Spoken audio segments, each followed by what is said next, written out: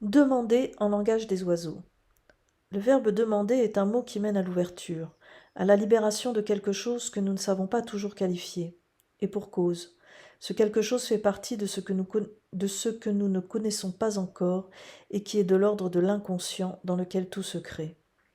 Pourtant, souvent, lorsque nous demandons, nous faisons comme avec ce fameux hasard, au sens consensuel du terme, c'est-à-dire que nous nous en remettons à autrui ou à une force extérieure à nous.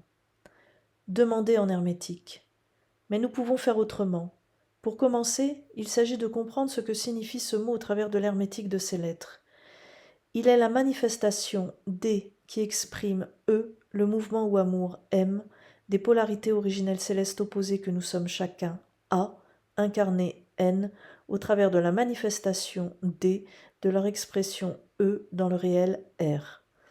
Plus simplement, ce mot nous parle d'un mouvement d'amour qui existe en nous, nous sommes chacun un A, qui se manifeste dans notre réalité au moment où nous en avons besoin.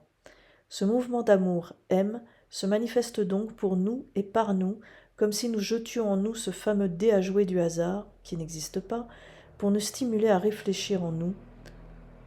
La syllabe en AN équivaut à en EN dedans. Demander en langage des oiseaux. En langage des oiseaux, ce mot peut s'entendre ainsi. 2, le chiffre 2, M, en EN, D, le D à jouer. Le 2 initial du mot nous parle de nos deux polarités inconscient-conscient, notre dualité personnelle. La partie M en D signifie la même chose qu'en hermétique. C'est en nous que le mouvement d'amour se manifeste pour jouer le jeu de la vie grâce au D, le D à jouer. Demander, c'est lancer les dés et décoder les messages de notre inconscient.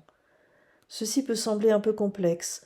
L'essentiel à retenir est que le fait de demander correspond à une manifestation de notre inconscient. Lorsque nous demandons, comprenons que nous nous adressons en fait à notre part inconsciente, dans laquelle tout préexiste. Ce qui veut dire aussi que nous savons inconsciemment où nous en sommes, ainsi que ce qui peut être fait pour cheminer en harmonie. Le fait de demander permet en premier lieu de stimuler notre cerveau à comprendre et en second lieu de chercher pour trouver une solution en la puisant, souvent sans le savoir, dans notre propre inconscient. Demander au ciel, c'est demander à notre être intérieur. Dans cette compréhension-là, demander, c'est donc se faire confiance, être dans la foi au vrai sens du terme, se savoir capable de tout puisque tout est en nous. Ce n'est pas sans remettre à autrui. Voici le plus important à intégrer et à mettre en œuvre. C'est en nous-mêmes que l'ange, en je, que nous sommes, prend soin de nous, au sein de ce ciel qui représente notre être intérieur, si vaste.